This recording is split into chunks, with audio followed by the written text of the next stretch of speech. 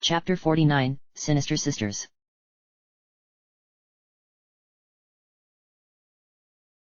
The Legend of Sunset Shimmer, Majora's Mask. By Ganondorf 8. March 20, 2017. Chapter 49, Sinister Sisters. In the middle of this room was a large slab of rock that looked like it could be stood on top of given how flat it was up there. Was I honestly surprised at seeing what amounted to a simple room fixture? Yes, as a matter of fact, as I wasn't expecting to be greeted by something so simple in appearance, not to mention in a place like this. I assumed the cursed house would be nothing but a haven for the gold skulltulas to thrive about, and so seeing this slab took me by surprise. What didn't surprise me was seeing a couple of those accursed spiders crawling all over it, indicating that they had no regard for anything they came into contact with. As I recall, I had destroyed 5 of the spiders, so that left me only 25 more to go before the curse around here was lifted. The man who I encountered at the entrance to the house would then reward me with something, and I could go on my merry way and acquire another mask or improve my current equipment back in town or beyond. For some reason, I just couldn't stop thinking about that man. I wasn't interested in him or anything like that, but rather there was something about him that felt familiar. Sure, he had been changed into a monster because of being cursed and looked hideous, yet why couldn't I get him out of my mind? That's when it dawned on me that I had seen him before, or rather, it was what he had on his face that reminded me. Despite being a skulltula, his eye was different from what I had come to expect from those spiders, and it took me this long to finally put 2 and 2 together. That eye wasn't any ordinary eye, but rather it belonged to a powerful mask that I received during my previous journey, though I didn't utilize it as much as I should have. Still, what were the chances of running into the same mask again? Well, the same could be said about a few other masks, namely, the Goron mask, the Zora mask, and the bunny hood. What that man was wearing was known as the Mask of Truth, and if I remember correctly, it was a mask created by the Sheikah that had the ability to communicate with the strange statues scattered around the land that bear their symbol. I had seen plenty of those so far on this journey, though I ignored them. Was it possible that same power existed in this version of the mask? If so, then I could use it and learn all kinds of information by talking to those stones. Perhaps it had additional powers? Finally, what of the Sheikah? If their mask is here in this world, could they be here as well in some capacity? Until I had taken care of the curse in this swamp spider house, I wouldn't be able to think of those questions. Still though, the Sheikah, the ones who existed in the shadows and served the royal family as attendants.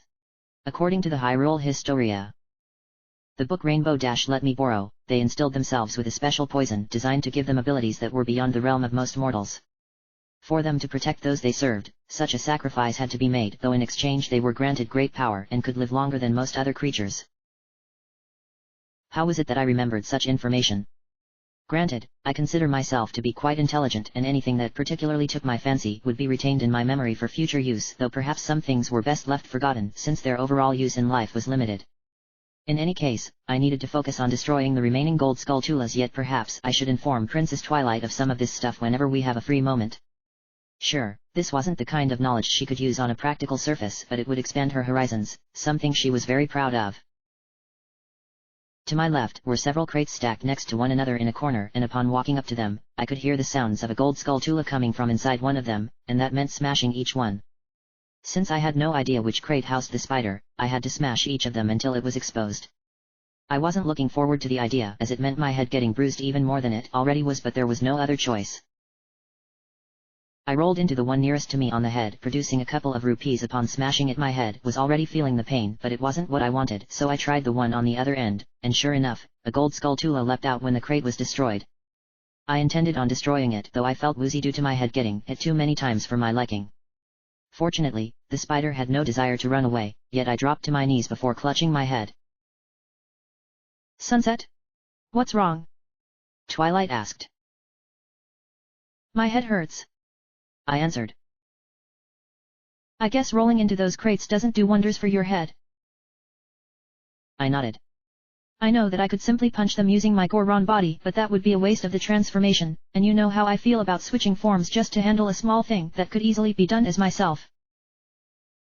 "Yes, but you need to get over that." I was stunned by her words. "What are you saying?"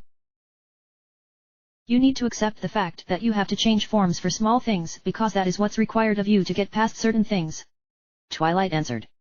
"I have this feeling it will become a frequent issue when we reach the final region once you've finished preparing, so getting used to it now instead of later will give you an easier time." Sunset, my words aren't meant to be mean or insulting, but I think you just have to accept the fact that changing forms in such a manner is necessary. Can I still complain about it? Princess Twilight smiled and nodded.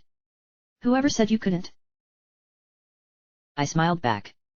Thanks, Twilight. A thought has been occurring to me regarding the final region. What's that? Princess Twilight began floating around in deep thought before answering me. In each of the previous regions that we've visited, you had to use a specific mask in order to pass yourself off as a member of the tribe that mask represented, right? I nodded my head and she continued. Unless you were to get a fourth mask capable of transforming you into a creature from whoever lives over there in the final region, you may have to rely on each of your alternate forms in some capacity. As such, switching between forms on a whim for small bursts is going to be a thing. I figured Her Highness would throw that displeasure of mine in there as a painful reminder, but she was once again correct. If there was only 3 transformation masks for me to use in this world, switching between my different bodies for whatever reason would be something I had to get used to doing. My heart began to sink as a result of her explanation because of my feelings towards wasting a transformation on something small or trivial. Compared to the other regions of Termina, this last one was shrouded in mystery, though we did have one hint courtesy of Rarity, though she might have been exaggerating. All we know is that the undead come from this region. Rarity said that, didn't she? I nodded. It's not much, but it's all we've got. I'm surprised Adajo didn't mention anything about it. She did by saying we needed to pay the Gorman sisters a visit as they have that mask you need. Twilight said.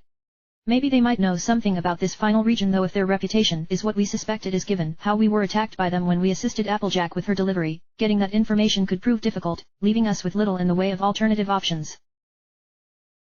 I suppose we'll cross that bridge when we get there. Princess Twilight nodded. Yes. As I destroyed the gold skull Tula and collected the 6th token, I began to think about the Gorman sisters and how their brother, Gorman Big Macintosh, related to them. He was difficult to deal with from what I had when I watched him talk to Treble Shoes earlier regarding his troupe of performers, but then he was annoyed when he learned that their act had been cancelled, all because of the moon falling down from on high. It also seemed that he had chosen to make a name for himself by becoming an entertainer, so there was a sense he wasn't a villain and that his troupe were legitimate in their actions. Yet, compared to him, his sisters were rotten to the core based on my limited experiences with them. They tried to destroy Applejack's shipment of milk. I hadn't yet figured out the reasons behind that by pretending to be masked robbers, though their clothes were a dead giveaway despite covering their faces. It was also apparent that Applejack didn't see them in a positive light, further telling me they were trouble, yet it seemed I needed help from them to get to the final region. Perhaps if I were to talk to Big Macintosh the next time I saw him, he could help me deal with his sisters and maybe get them to change their ways. Turning around, I saw more crates lined up next to each other on the side of the room, and if my hunch was right, there was going to be a gold skull Tula hiding inside one of them until it got flushed out of hiding. My head once again began throbbing, a sign that it wasn't liking me using it to smash anything, yet I had no intention of becoming Darmani just to smash a bunch of crates that could easily be smashed by using my own body. Rolling into the one on the far end, I wound up getting a few more rupees, though my head once again felt woozy. I think I needed to take at least a 5-minute break before continuing, though resting wasn't an option, sadly, as time wasn't on my side again. I rolled into the next crate and a gold skull Tula emerged upon smashing it, though it collided with my body just as it was landing on the ground a short distance away. It was a good thing my defense had been enhanced by a dojo, otherwise that would have really hurt. I slashed the spider using my sword and collected token number 7 before turning my attention towards a suspicious boulder. It definitely looked suspicious, as why would it be in the corner of a room in the swamp? If anything, it should be in a place like the mountains where rocks were plentiful, so I suspected something important was either hiding inside, behind, or below it. I checked my items to see if I had any bombs on hand I could use to blow up the boulder, yet I didn't have any on hand, so that meant relying on other means. I took out the blast mask, strange how this was now being used more often, placed it on my face, walked over to my target, and detonated the mask at point-blank range. The explosion caused me to take some damage, yet the boulder got destroyed in the process. When the smoke cleared, I took off my mask and looked down to see another patch of soft soil. I don't hear any scratching noises coming from this patch, so it's safe to assume there aren't any gold skull Tulas hiding inside. Princess Twilight shook her head. It seems that this is just a regular patch of soft soil. Then why cover it up with a boulder? Most likely to prevent anyone from discovering it. Crap. What's wrong? I didn't bring along any magic beans, I answered. In an instant, I felt crestfallen, all because I didn't bring along an item that turned out to be essential, and because I would lose certain items when resetting time. I didn't have any on hand when I began this cycle of time. That means we have to leave, get a magic bean, and then come back here.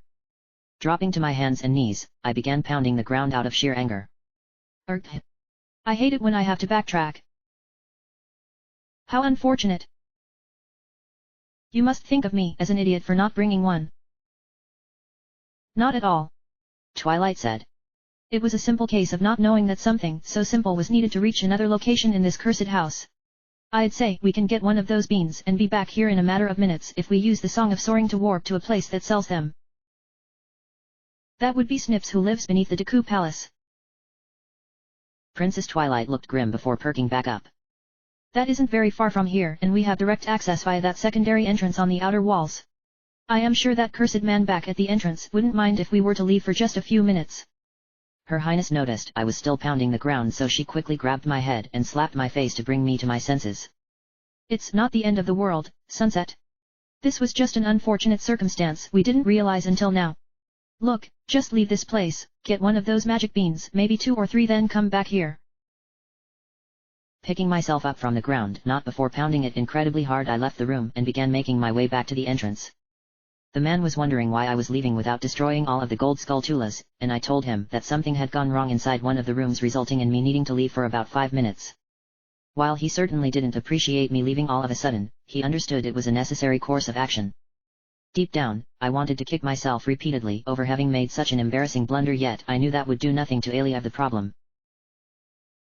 Sighing, I left the swamp spider house and began to look around outside to see where the Deku Palace was. Looking up at the sky, I could see that the sun was starting to go down, indicating that sunset would soon be upon us. Upon seeing where the palace was and that it required me to become a Deku scrub, the lily pads were my means of getting over there without being poisoned by the water. I took out my Deku mask and prepared to pay a visit to Snails.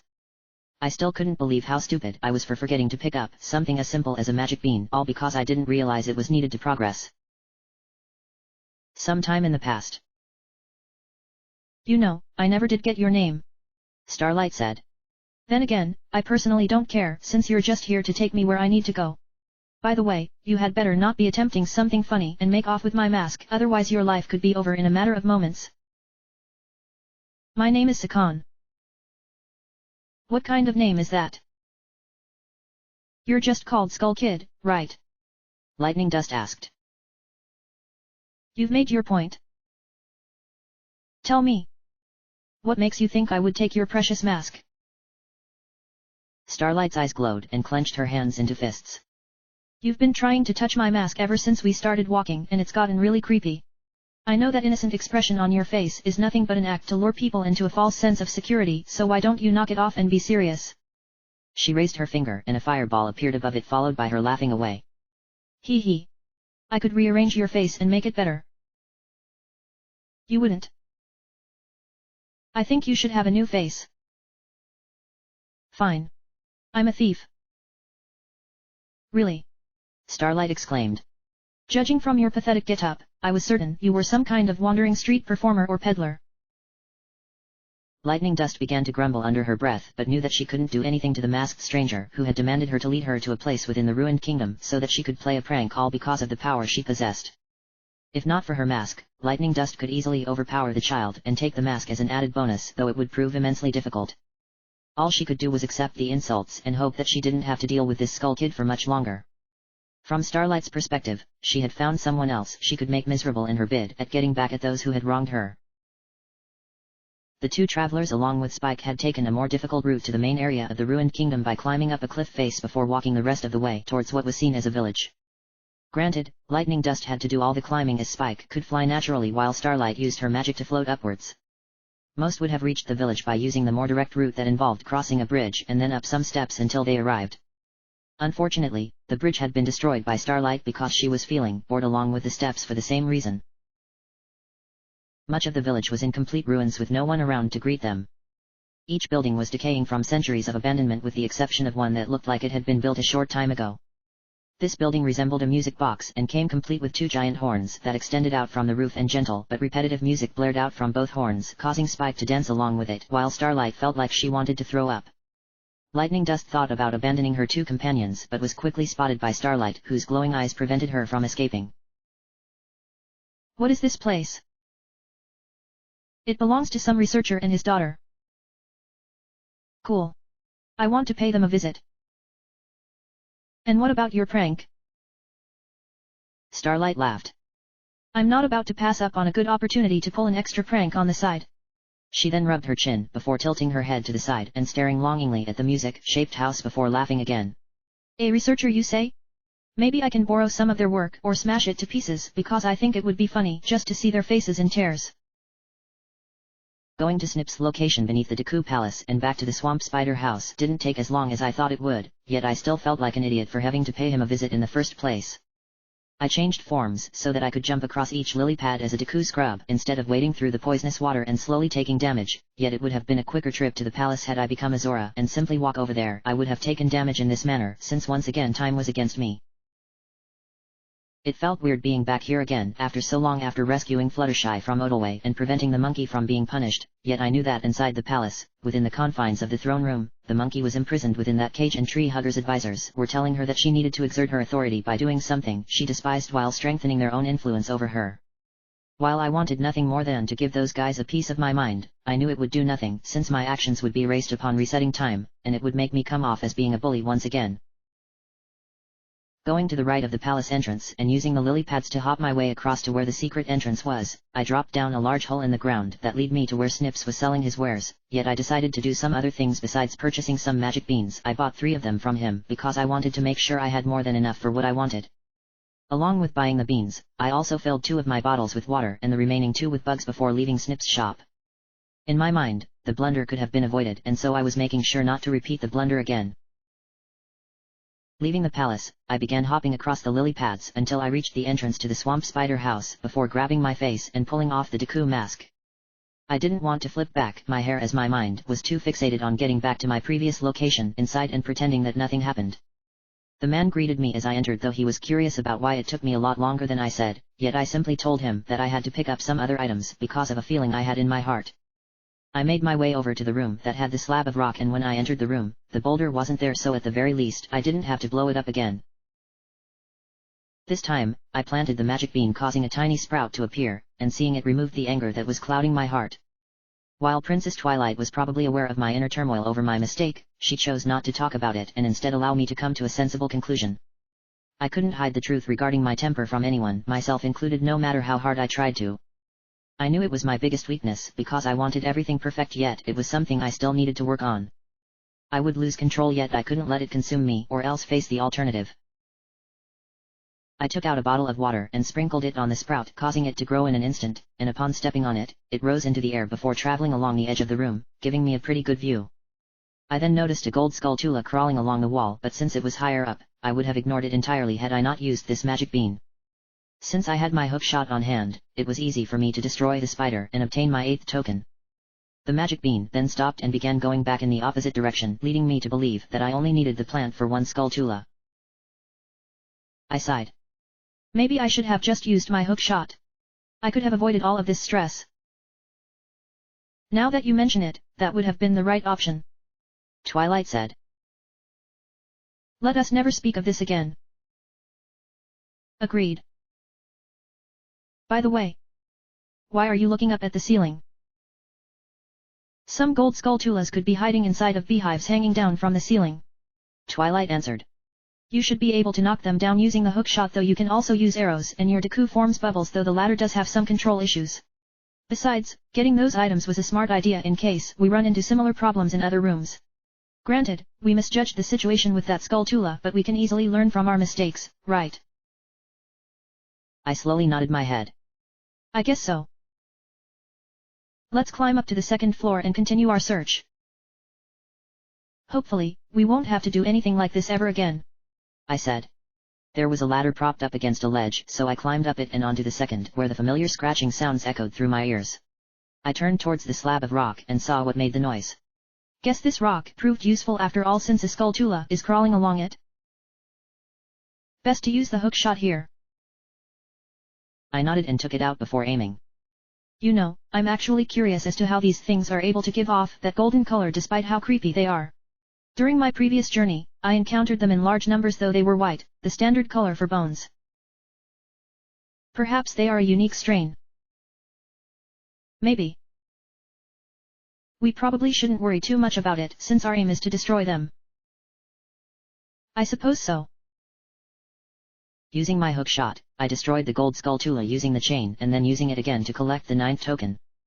There was a door on the opposite side of the room that required me to reach it via the wooden catwalk I stood on, so I walked over to the door, destroying a gold skulltula attempting to hide behind a lit torch, and picking up the 10th token, which meant only 20 more remained.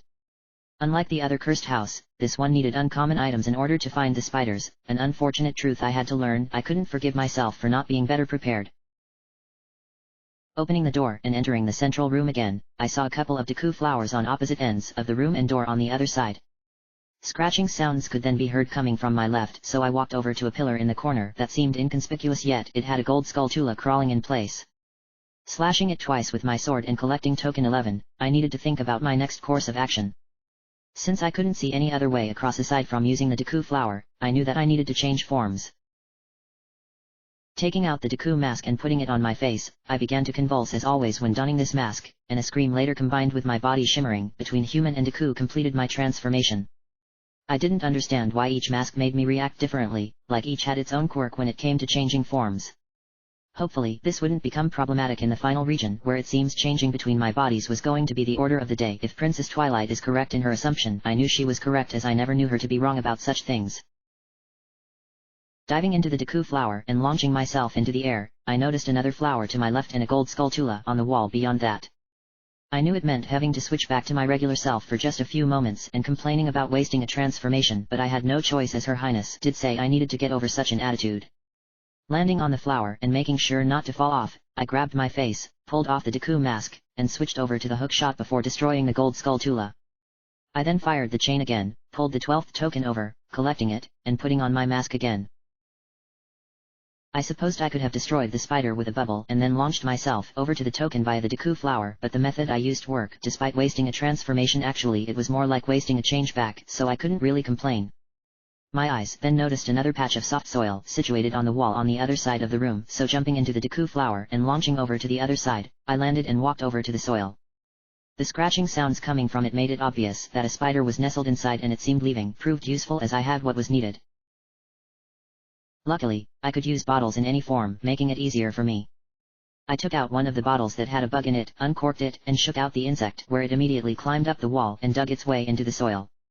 A gold skulltula jumped out and onto the moments later, where I used my spin attack, destroying the spider in one hit and collecting the next token, giving me a total of 13. I don't hear any more gold skulltulas in this room. I wiped my forehead. That could have gone a lot better. You started off well only to run into a complicated mess. I frowned. No need to sugarcoat it, Twilight. I should have been prepared by bringing the necessary items before attempting this cursed house. I walked up the wall where the soft soil was and began pounding my head up against it several times. Feeling better now? Yes. Princess Twilight frowned. You didn't need to hit your head like that. It was something I needed to do to relieve me of some serious stress. Things will be different next time, Sunset. Twilight said. Think of this as a minor failure, not by your own hand, but because we were never told that such items were needed to acquire some of the gold skulltulas. That man back at the entrance should have mentioned what was necessary before we went inside, yet he didn't, resulting in you questioning your own merits and losing your temper. Come to think of it, I said as I moved away from the wall and walked towards the door. Why did he even come here in the first place? I mean, who in their right mind would go somewhere that was crawling with spiders that curse any who enter their domain? Greed. I scratched my head. Greed. Princess Twilight nodded. It would be the most logical assumption. Greed causes people to want to do anything to acquire vast wealth, yet it proves to be their undoing, as their actions result in changing not only their lives but those around them. If it isn't wealth that destroys them, then power is the next best thing, and I've seen many ponies succumb because of wanting power. Her Highness then looked at me, causing me to lower my head slightly. Of course, some are able to be saved from their own ambitions and end up becoming great friends in the process, while the rest are lost. I don't see any greed around here. Neither do I. Maybe we'll understand once we save him. Yes. Going through the door and entering the next room, the usual scratching sounds of gold skulltulas could be heard all around me, yet there was another sound that dwarfed all the rest, the sound of someone or something snoring. Looking above my head, I saw 6 beehives in a circle, and that told me there had to be spiders hiding in some of them, though it would also mean being plagued by bees. I wasn't allergic or anything, so I didn't have to worry about that. I produced a bubble in my mouth and fired it at the beehives, causing a couple to drop down and break upon hitting the ground. A single rupee came out of one, while a bee came out of the other, though I quickly raised my shield just as the bee came along and proceeded to jab its stinger into my shield repeatedly as though it were possessed. I was safe behind my shield, though it meant being stuck until this bee either wore itself out or fly away after getting bored. Neither option appeared to be happening, so now I needed a way to get rid of it without being stung. At that precise moment, a howling sound echoed throughout the room, indicating that nightfall had finally occurred back outside. Night of the first day, 60 hours remain. I need some advice here, Twilight. This giant bee is pretty relentless, though it will fall in one hit if you strike it. Twilight said. All you can do is either attack it or attempt to run away, though given your current position, running away isn't an option. Does this mean getting stung? Are you allergic? No. Then all you'll feel is a slight sting if you let it strike you. Lowering my shield, the bee began flying around me, making it difficult to keep track of its movements, so I chose to simply ignore it and hope that it would fly away. It continued to pester me before stinging me in my chest, using its stinger resulting in me yelping in slight pain and performing my spin attack in response. The attack destroyed the bee, leaving me to focus on the other beehives, and I used another bubble to bring down the next 3. These all smashed on the ground, revealing 2 gold skulltulas and another rupee. I was relieved a bee didn't come out of any of the hives that dropped. Before jumping down, I looked over the side to see how far of a drop it was. While it was certainly high, it shouldn't be high enough where I would get injured in the process or cause my knees to buckle. Both gold skulltulas were near each other and to the right of where the deku flower stuck out via the ledge it was on, so it was obvious for me to jump down to the left, and I did just that, landing on the ground without injury. I then performed my spin attack, destroying both spiders, and acquiring 2 tokens, giving me 15. That was when the snoring became apparent to me. Sleeping inside of a deku flower was a deku scrub, though he seemed completely unfazed by the noise I had made moments ago. I tried nudging him gently to see if that would wake him up, but to no avail. I then tried shouting and even shaking him repeatedly, but again he refused to wake up. This deku scrub was definitely a heavy sleeper, so it looked like a different approach was necessary to wake him. I closed my eyes and began pondering over what to do when an idea came to me. I had a song that could wake him, and I slapped my forehead because of not realizing it straight away. I took out the ocarina of time from the pouch on my belt where it transformed into the deku pipes, and I played the Sonata of Awakening. I needed a few minutes to remember how the song played, causing the deku scrub to wake up with a start. At first, he felt woozy over suddenly being woken up prematurely, but then he turned to face me, and what constituted as a smile, or what I thought was one, appeared on his face. Yawn. That was a pleasant sleep. Hey. What's a fellow deku scrub doing here? I was going to ask you the same question. I came here to find some shelter for the night because going through the swamp at night is dangerous. Because of the monsters. The deku scrub nodded. Combined with all that poisonous water, no deku scrub worth their deku nuts would be crazy to go out there until sunrise. When I found this flower, I suddenly felt really tired, and fell asleep, though it would have been a couple of days ago now. Is the poison still out there in the water? I nodded in head in response, and the deku scrub looked dejected. I was afraid you would say that. By the way, do you know what has been going on as of late? Did this deku not know what happened to Fluttershy? Granted, Starlight caused all this damage around the same time this guy went to sleep, so him not knowing made sense, but it was still surprising to hear him ask me that. I began explaining the situation, though it pained me because my efforts had since been reversed. The Deku Kingdom is in an uproar over the princess having gone missing, believed to have been abducted. The Deku scrub snapped to attention. What? The Deku princess is missing? Why didn't you say so? I just did. Never mind that. Where is she? Is she safe? Who could have done this? The Deku Queen suspects an evil force while her advisors suspect a monkey. A monkey? Really? The Deku scrub asked. But, I thought we Deku lived in peace with the monkeys. Why would a monkey do something like that? I have to agree with what our glorious queen believes despite you telling me. At least this Deku wasn't as blind as all the rest who believed the advisors.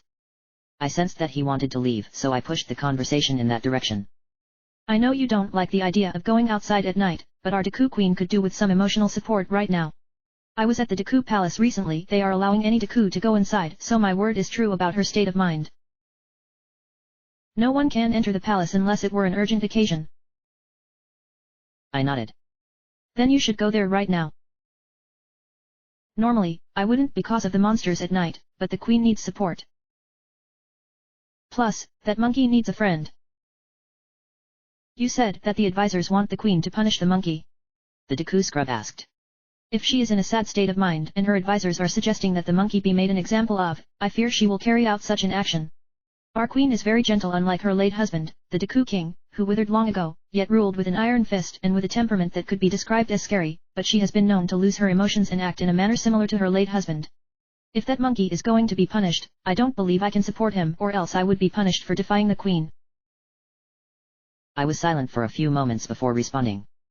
Despite this Deku scrub's noble intentions, his loyalty to Tree Hugger was very strong, and I could understand him not wanting to betray her. Still, I felt disheartened knowing he thought that way. Then go to the palace in the name of the queen. The Deku scrub nodded and was about to leave when he turned around and hopped over to a mass of vines blocking a small tunnel entrance.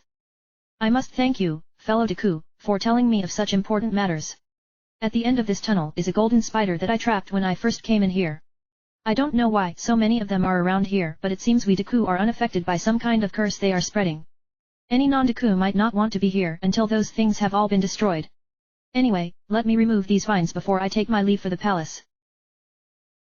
He then began cutting down the vines using his own spin attack, and when he was finished, he disappeared into the ground leaving me and Princess Twilight to continue on with our mission of destroying the Gold Skulltulas. I felt a little sick inside because of having to talk about Fluttershy's plight, yet I had no other choice because he would have stuck around leaving unable to reach what he had imprisoned at the end of the tunnel. I walked down the tunnel and hanging on the wall was the Gold Skulltula the Deku scrub described. I destroyed it using my spin attack, picked up the 16th token, and walked back as there was nowhere else to go. Suddenly, scratching sounds could be heard coming from giant pots that were to my left, and that meant I had to roll into them in hopes of getting the spiders to come out. Since my current body lacked the necessary weight, I grabbed my face, took off the Deku mask, flipped back my hair, and inspected the pots a little closer. Judging from how big they were, I wouldn't be able to smash them not even with Darmani's power, so it looked like I was about to get some headaches again. Rolling into the first pot yielded nothing, but rolling into the second caused a Gold Skulltula to jump out, so I attacked it and collected the 17th token upon destroying it, leaving 3 more pots for me to roll into. The next pot also yielded nothing, same with the fourth, but then the final pot caused another spider to jump out, landing on the ground a few feet away from me. I slashed it with my sword and collected token number 18, leaving only 12 more remaining. My eyes caught sight of a large stack of pots in one corner of the room, and it was practically begging me to smash them all. I did exactly that, smashed each pot with my sword, and accidentally destroying another Gold Skulltula in the process, giving me 19 tokens. I then placed the Deku mask on my face knowing I needed to be on the upper floor also because of the Deku flower, and I immediately began convulsing before screaming out loud seconds later and watching my body parts shimmer and change from human to Deku until I was finished. If I recalled correctly, unlike other Deku flowers, this one could launch me up much higher. I could practically hit the ceiling if the launch power was high enough. Jumping into the Deku flower, I launched myself straight up like a rocket and saw a ledge that housed 2 pots, a door, and a Gold Skulltula on the wall. I floated over and landed after a few minutes. My flight time lasted a lot longer than usual and attacked the spider, giving me the 20th token. Why did you hover for so long? Twilight asked. I couldn't land until the power of flight had worn out. It seems the yellow Deku flowers have a much longer flight time for Dekus who jump into it. Not to mention a high launching height. This could prove very useful, Twilight said. By the way, you don't have to use up your entire flight time. You can easily cancel out of flying by closing up your flowers and dropping down, though I suggest not doing that while being over an abyss or something similar to that. I never had to try it before. Because you only flew for short bursts at a time. That might explain how Miss Cheerily was able to fly throughout the Deku Shrine even though she used an umbrella. If my suspicion is right about the final region requiring you to use all of your transformations, then you are sure to run into this kind of Deku flower again. Twilight said. In the meantime, we should continue on with what we're doing here. Only 10 more gold skulltulas remain until the curse around here is broken. Twilight. What is it? How do you feel about me being able to change into different forms? Princess Twilight was surprised by my question and it took her a few moments to come up with an answer. When I first saw you back at the start of this journey, I didn't have my proper memories and I believed myself to be Tattle, but when I found out the truth, I was honestly shocked at what you had become until I realized it wasn't your fault that you were turned into a Deku scrub. It took me a while before I could get used to your ability, but it's proven to be most exhilarating given that I never would have imagined anyone could have the power to change forms without the use of magic or being a changeling. In other words, I enjoy seeing you become different creatures and embracing their skills. That's a relief. Why do you ask all of a sudden? Something compelled me to simply ask it. I answered. In my mind, I actually had no idea why I asked Her Highness such an unusual question, but I had asked it and gotten an answer in return, and placing a heavy burden on my shoulders to explain my actions. I sometimes think you might be jealous because I'm experiencing a different kind of magic while you were stuck being a fairy who has to guide me around. You were destined to have that power, Sunset, and I'm not going to start questioning destiny. But, aren't you jealous? Princess Twilight shook her head. Jealousy only breeds contempt and that in turn goes against everything I stand for. I enjoy being a fairy because I get to see the world from a much different perspective, am immune to all kinds of environments, can use special magic gifted only to fairies, and having a vast knowledge about people, places, and monsters. If anything, what I was given in this world makes me special, much like having transformation masks makes you special, Sunset. Besides, jealousy wouldn't look good on me anyway, and besides, you were once jealous yourself, remember? I blushed for a few moments. Not my best moment, hey. Princess Twilight shook her head again. You've changed since then, Sunset, and I'd like to think my guidance has been beneficial to you. Sure, you've come to make decisions on your own without needing my say-so, and look what it's done for the people of the human world. The world you call home is much better now than it was before because of you. I blushed again. Oh, stop it. Be proud of those achievements. Her Highness was right about how I used to be jealous. When I learned that she had become my successor as Princess Celestia's student and an alicorn, the amount of jealousy I possessed was without equal, and all I could think about was how I had been robbed of my destiny. I could think about proving that I was meant to have ascended, and I went to great lengths to make Princess Twilight as miserable as I could, all while boosting my own twisted ego to greater heights. Jealousy cost me everything, and I was forced to start over from scratch by working my way back up for the right reasons. It took a couple of months before I had earned everyone's trust, and they haven't regretted it since. While I may no longer be jealous over not being an alicorn, I still might be given the chance to ascend someday. My temper was still an issue that needed to be dealt with.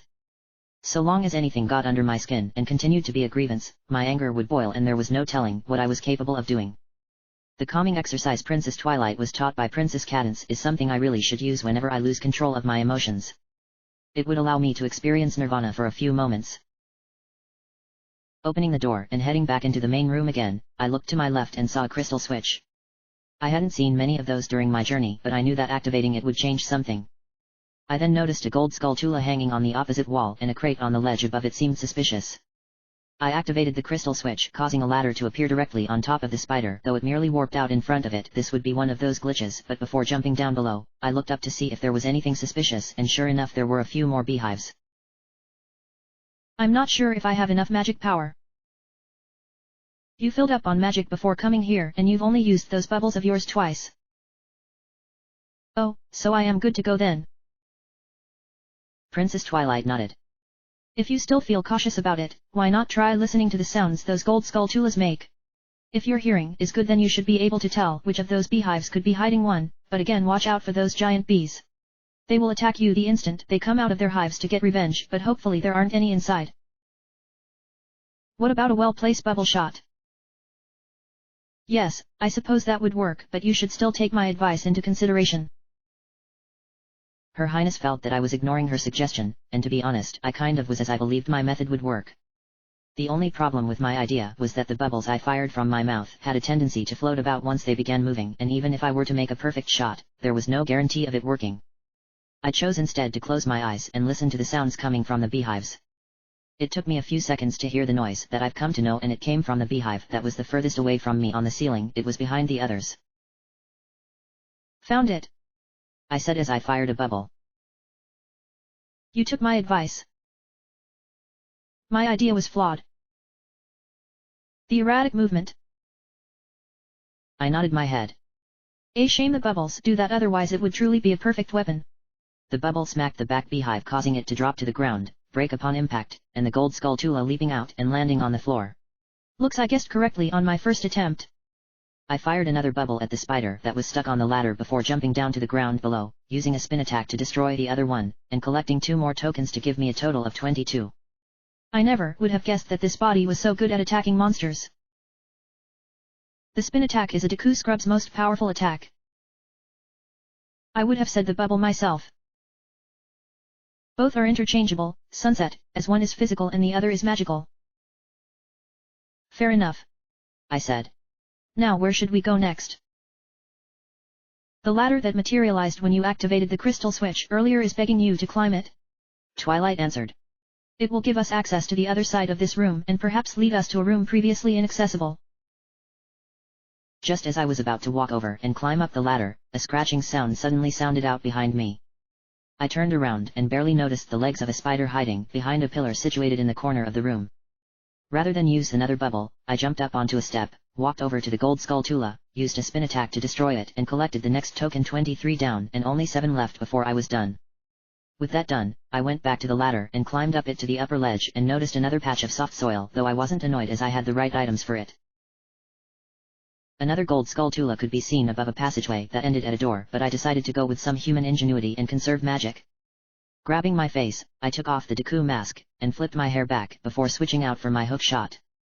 Firing the chain at the gold skull Tula, it was felled with 1 shot, leaving behind its token, and I fired the chain again, pulling the token over to me and giving me 24.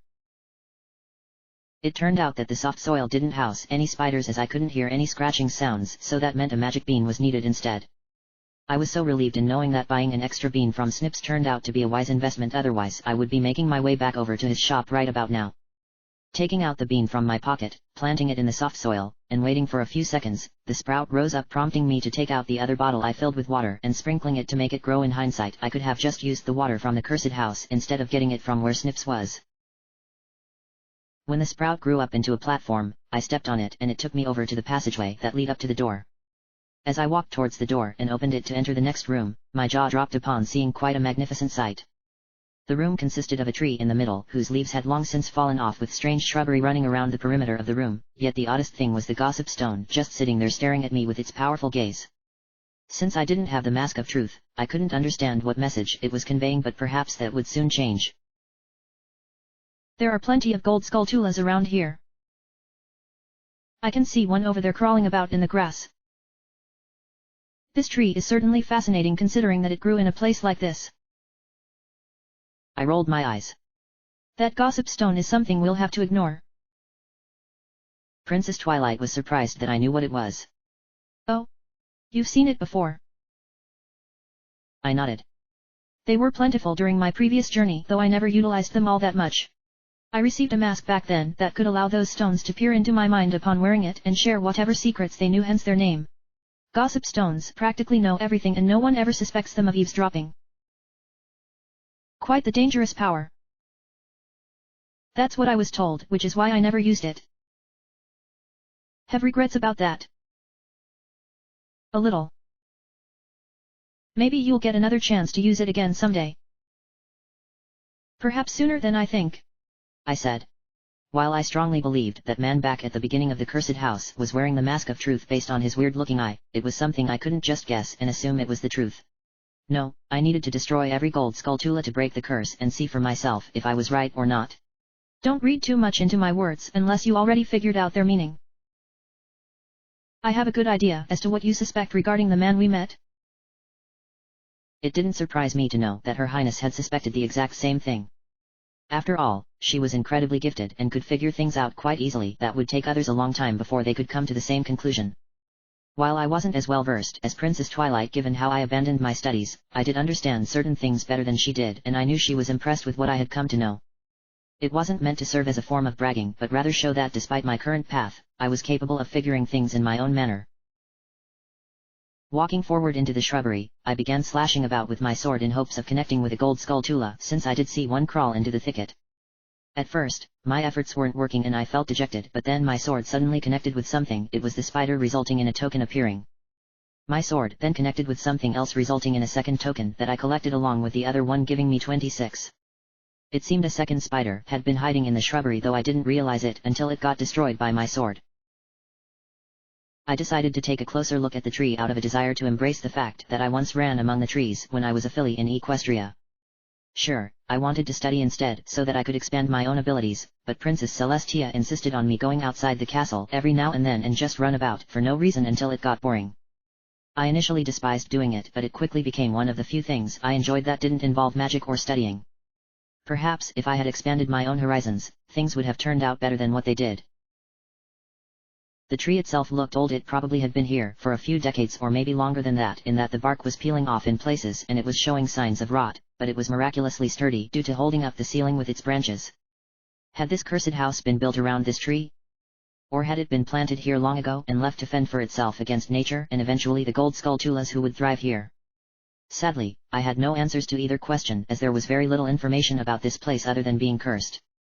It also wouldn't prove useful in the overall grand scheme, so it was a curiosity mislead. Looking up at the ceiling, I could see that the branches had meshed with the ceiling to create a rather eerie-looking harmony. The lack of leaves confirmed my initial suspicion of how long it had been here, yet my eyes were clearly focused on the 3 gold skulltulas crawling about on the branches. It was just like what happened back at the other cursed house with the chandelier, only now it was an old tree. Since I only knew of one way to bring all 3 spiders down, I rolled into the tree head first, forcing them to jump down, though none of them decided to scamper away into the thicket as a means of hiding from me. I am really hating hurting my head, I moaned as I rubbed a sore spot on my head. You could have become a Goron and just punched the tree to shake them loose. And knocked down the tree. Yes, I suppose that would have been a problem, Twilight said. If you had punched the tree in that manner, combined with the fact that it is very old, it would have caused this entire room to cave in on itself. That, and I didn't want to hurt the tree. Nothing wrong with that. My head may be woozy again, but I'll quickly get over it, I said. I needed about a couple of minutes for my head to stop spinning before I began going after the gold skulltulas around the tree, destroying each one in a clockwise manner, acquiring their tokens, giving me 29 altogether. I'm still missing 1 token and we've been in every room. In all the excitement of collecting so many tokens at once, I had reached the conclusion that one spider had somehow eluded me, though I wasn't sure where. Do you suppose we might have missed something that was obvious in a previous room? Princess Twilight began floating back and forth. I think we were pretty thorough in our search, so I would say that the last gold skulltula has got to be in this room. I am surprised that so many were in this one room to begin with, as though they all started here and spread themselves to other rooms throughout the house. She then looked up at the ceiling and immediately started bopping me on the head repeatedly until I waved my hand about a few times to make her stop. Sunset. I can see a few beehives above us, so perhaps one of them contains the final gold skulltula we're looking for. That would be incredibly convenient. And it would mean there were 6 spiders in this one room alone. Let's take of this last one and get out of here. I suggest using your hook shot instead of the bubbles you use as a Deku scrub. Nodding my head and taking out the hook shot, I looked up at the ceiling and saw only 2 beehives hanging down from above. Using my gut feelings, I fired the chain at the beehive to my right, watched it drop down and smash upon the floor, and a gold skulltula popped out and landed nearby. I was surprised that I got it right on my first try. In any case, I destroyed the spider and collected the token, giving me 30. At last, I was finally done with this cursed house, though I could have finished much sooner had I picked up the required items prior to coming here. We're done, I shouted as I dropped to my knees. The curse has been broken. I'm going to give that man a piece of my mind. Maybe we should wait until he gives us what he promised first, Twilight said. Then you can yell at him all you want. Unlike the other house, getting back to the entrance wasn't nearly as complicated. I went through the door back into the previous room with the crystal switch, dropped down, opened the door and entered the main room, and ran across the water until I reached the entry door. Opening this one up and walking through, I couldn't see where the man was at first, but when I turned to my right, he was standing right there. I almost freaked out upon seeing him because of his face changed back to a human and wearing the mask I suspected. I didn't know how he acquired it, but the mask of truth was on his face. Ah, you destroyed all of the cursed spiders. I'm saved. I'm no longer that hideous form I was before. That was more difficult than I thought. I thought I was going to die. The man clearly ignored me and expressed himself in a rather overdramatic fashion, so I coughed to get his attention. Well, I was able to save you from being stuck as a spider forever, but what convinced you to come here in the first place? No one would come to a cursed house unless they were tempted by their own desires and wanting to seek their fortune at the cost of their own lives. You know me quite well. What do you mean? The man lowered his head. My desire for wealth compelled and condemned me to being cursed by those spiders. Some time ago, I was given this mask by a random stranger who convinced me that it could give me riches beyond my wildest dreams. I was initially skeptical of his claims, but he was able to use his honeyed words to convince me to take it off of his hands and use it as I saw fit. Did you see what he looked like? The man shook his head. He was wearing a cowl that covered his face along with a cloak, but he was rather short and plump. I thought he was talking about Ganondorf when he mentioned honeyed words, but it seemed it was some other person who had given him the mask. Come to think of it, Ganondorf wasn't the kind of person who would stoop to such an action when he could be much more direct with his ambitions. He told me to come to this house and follow some instructions that were inscribed somewhere in here, but I couldn't find no such thing, and I wound up being cursed in the process. Sounds like you were tricked. Yes, and I am ashamed of it.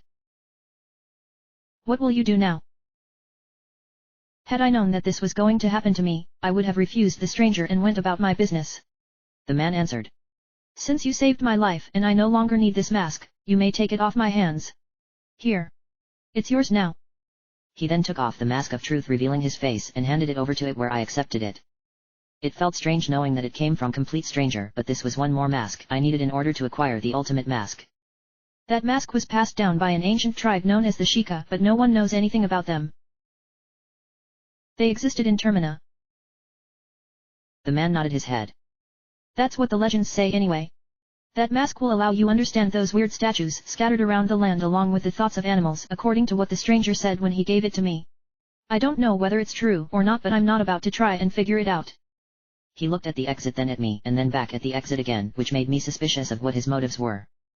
I've had enough of being here. Once I've gotten my bearings, I'm going back home with my pet dog. You should leave this place too before you end up being cursed. He then turned around, walked over to the corner of the room, and sat down before burying his head into his hands. I thought about giving him a piece of my mind and yell at him for getting himself cursed, but I shook my head because frankly, he had been through enough already.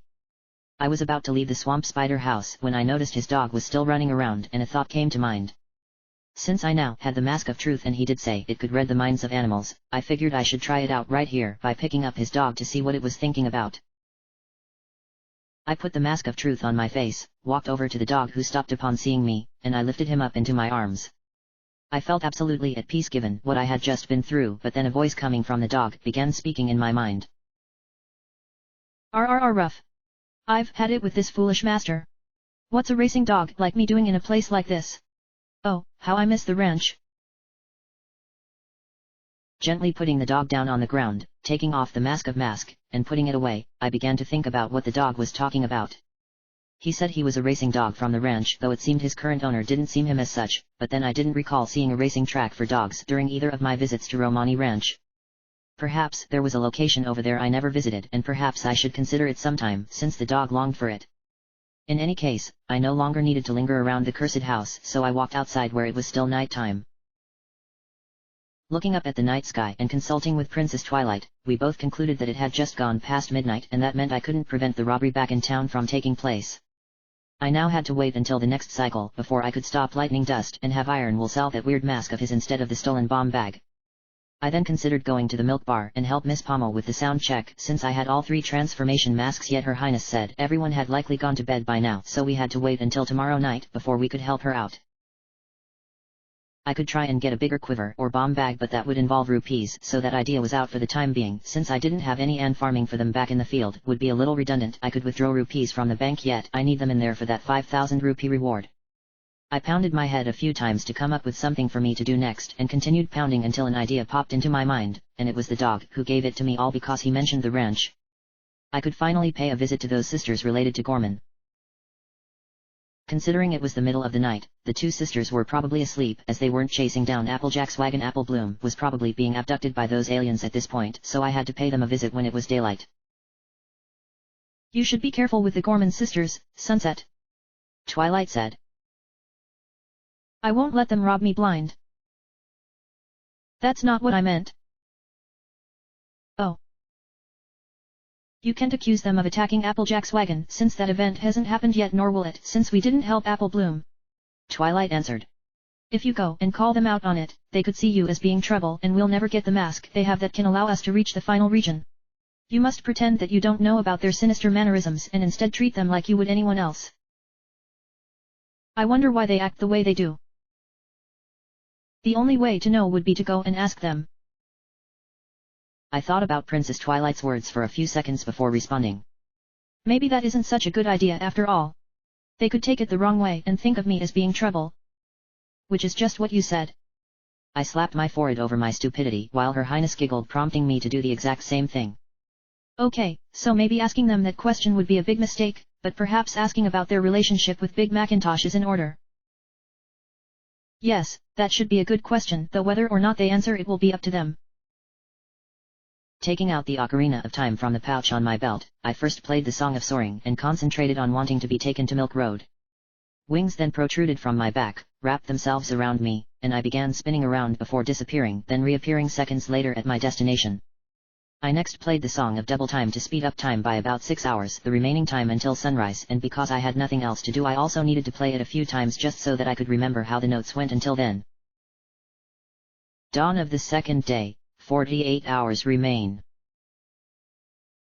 As soon as the cuckoo crowed to indicate sunrise, I turned away from the owl statue and began walking in the direction of the one pathway I never took in Milk Road, and I soon entered a large open area that I instantly recognized as being the ugly country Applejack mentioned when I helped her with her delivery. The signs were also a dead giveaway. No doubt that this was the Gorman sisters' residence, as where I had entered consisted of a ramshackle house along with a stable of similar conditions, a fence that was in better condition than the house, and a campfire though it wasn't lit. In my mind, this place didn't seem all that much, though I suspected the Gorman sisters would take offense were I to talk to them about it. In any case, I had to make sure not to accuse them or actions that hadn't happened yet, otherwise things would easily get sour. If there was one positive about this place, it would be the open scenery of the mountainous region surrounding us combined with the crisp air one comes to expect outside in an open area such as this. My eyes then noticed the Gorman sisters nearby working on what I assumed were chores or whatever else they were doing, but when they turned towards me upon seeing my shadow on the ground, I was surprised at who they were.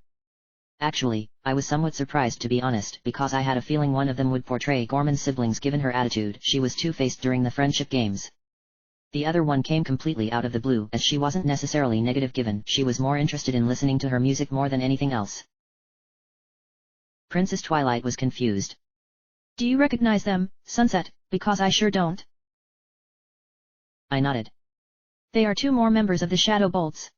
The one wearing the orange overalls is Lemon Zest, though I'm surprised she would be portraying a sinister character since she wasn't really antagonistic. Then again, I don't know everything about them, as Twilight Sparkle doesn't like talking about her time at Crystal Prep, and I'm not going to force her to tell us just because. The other one in the blue overalls is Sour Sweet, and she was named well as she has a two-faced manner that makes it hard to take her seriously. She was definitely an antagonist, especially how she treated Twilight Sparkle just because of her lack of athletic ability. How do you propose we talk to them? Pick one at random. Oh. I walked forward when Lemon Zest spoke out first. What are you doing here? Do you know what place this is? No, I didn't think you would since you're just a kid and all, but let me tell you anyway before you start asking questions you shouldn't be. This is the Gorman Sisters Horse Training Center where we breed the finest horses in all of Termina. You don't have a horse, so there's no reason why you're even here, so get lost. Now, sister. There's no reason to be rude. Sour Sweet said. Why shouldn't I be, big sister? This kid is bound to cause trouble. If this kid proves to be trouble, then we'll make sure she doesn't do it again in the future. Excuse me, I said. Sour Sweet waved her hand and pretended that she didn't say anything. Hey. Oh, don't mind what I just said. We Gorman sisters do tend to get rather irritable when someone comes here without having a horse because we think they might be trying to scam us or something. I frowned at her and she responded with a defensive gesture. Now. Don't get angry because of my opinion. Alright, if you don't have a horse, go ahead and take a look around, though you probably won't find much of interest. You definitely won't. A shame she doesn't have a horse, hey, big sister. Lemon Zest asked. If she had one then she could have participated in our little challenge.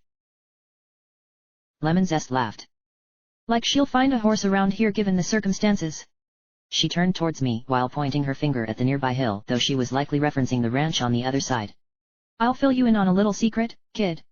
If you need a horse, there are a bunch of them next door at Romani Ranch, and I think the daughter now runs the place since her old man passed away a while back. Lemon Zest snickered a little when she mentioned Applejack's father, and I couldn't help but feel suspicious of her honesty. I bet she wouldn't notice if you stole yourself one and used it here. No need to give this child such naughty ideas, little sister. I guess you're right, big sister. Sour Sweet then walked over to a table that contained a large container of milk, grabbed it, and brought it back over to me before putting it down on the ground. How about buying some fresh milk? I'm serious about it being fresh. You look like you need some given your scrawny body and I'm feeling extra generous today. They sell milk at Romani Ranch, you know. I said. Oh, we know. Then why bring it up? Because I have something special to tell you. What would that be? That milk they produce down there at Romani Ranch is watered down a bit. It's not worth drinking one bit and they overcharge you on that expensive brand they love flaunting about through advertisement. Sour Sweet answered. It makes me sick. Ahem. Anyway, my little sister and I also sell milk, but we don't water it down or anything shady. Our milk is the real deal, fresh and full of vitamins. If you would like to purchase some of our fresh milk, I can sell you some for about 50 rupees, though I can easily reduce the price by about 10 rupees just because I'm feeling generous. I could tell that Sour Sweet wasn't being sincere with me given that her facial expressions belied her words. Even if she and Lemon Zest weren't selling milk or breeding horses as they say they were doing, I had no intention of letting them take advantage of me. I knew what they had done to Applejack during a previous cycle of time and I wasn't going to forgive them anytime soon for it. Still, despite how I felt, they weren't giving off any weird vibes to perhaps I could get my business here done without dragging it on for too long. Speaking of milk, 50 rupees sounded like highway robbery to me, though to be fair I wasn't sure how much it actually cost. I never asked Applejack or Apple Bloom at the ranch nor inquired about a price at the milk bar, but there was no telling if what Sour Sweet and Lemon Zest were trying to sell was nothing more than water with milk thrown in for good measure just to make it come off as such. I had to be cautious by not coming out saying to them that I wanted the mask they used during the robbery. Not only would they be suspicious that I knew they had a mask like that, but also accuse me of accusing them of foul play. Hey! Quit your daydreaming! Lemon Zest shouted. I have to agree with my little sister there. Sour Sweet said. Quit wasting our time. Anyway, would you like to purchase some milk or not? I shook my head. No thanks, I'm good. Sour Sweet looked dejected. Really? You sure about that? You could do with some milk to make yourself stronger. Again, I shook my head and she immediately grew angry, though refrained from coming over and attacking me. Fine. But don't come crying to us that you end up getting weak when you get older. I have a horse. You? A horse? I nodded my head. I can call her over if you want. Sour Sweet laughed. Now this I've got to see. I took out the ocarina of time from the pouch on my belt and played Epona's song. I could never forget this melody. At first nothing happened, which caused the Gorman sisters to look at me with shifty eyes, but then a familiar neighing come from behind me and the sight of my beloved steed came galloping along until she came to a stop. I couldn't whinny at her in my usual fashion, as that would make both Sour Sweet and Lemon Zest suspicious. They would also think I was crazy, so instead I petted Epona on the muzzle and she gently nudged my chest in response. While I was distracted by petting Epona, I could hear laughter coming from behind me, so I turned around and both sisters were laughing at me. I didn't understand why they were doing that, but then it quickly became apparent because of how they were looking at Epona. They didn't think she was special and probably thought their own horses were better, though I intended on changing their tune once I had beaten them in a race. Of course, I needed to sound convincing. If I were to race against them for the mask, I needed to gain access to the final region east of Clock Town. Soursweet stopped laughing and spoke out. What in the world is that thing? Is that pathetic thing your horse? I nodded. Yes. What of it? It looked more like a mule for sure given how tiny the thing is. Good one, big sister. Lemon Zest said. What do you make of this kid's mule, little sister? Lemon Zest walked up to where Epona and I were standing and leaned forward to get a closer inspection. Whoa. She was either impressed or just pretending to be to give me some sympathy, but I held firm and she eventually walked back to where she was before. To be honest, big sister, that their horse may be small but it has some pretty powerful legs, not to mention a well-groomed mane. Whoever bred and raised it knew what they were doing, and I may be even more honest, they could very well run us out of business, and that is no laughing matter. I should say not. What shall we do? I'm not sure. I then spoke up. I have a suggestion. Then let's hear it. Soursweet answered. I could do with another laugh. I needed to make this count. Your sister said that my horse looks like she was raised well, but I would like to test her theory further by racing her against other horses that are much larger in size. It might sound strange coming from a kid, but what do you two have to lose? The two sisters then walked to the side and began talking amongst themselves while occasionally looking in my direction. My idea wasn't explained very well since I had to make it up, but hopefully they believed me and were convinced to challenge me. Granted, I was at a disadvantage were they to agree since my horse was young compared with their adult stallions, yet I needed to have faith in Epona. Of course, it didn't really matter if my words weren't convincing enough. As the two continued talking amongst themselves, pondering over what to do, my heart began beating heavily. I hoped they would agree to race against me, not only because I wanted to prove Epona was better than their horses, but also because without their mask, I had no chance of gaining access to the final region. Adagio said that their mask was essential, so the fate of 3 worlds came down to whether or not the Gorman sisters thought of me as a decent enough challenge or a kid who had gone too far with her mouth. End of chapter.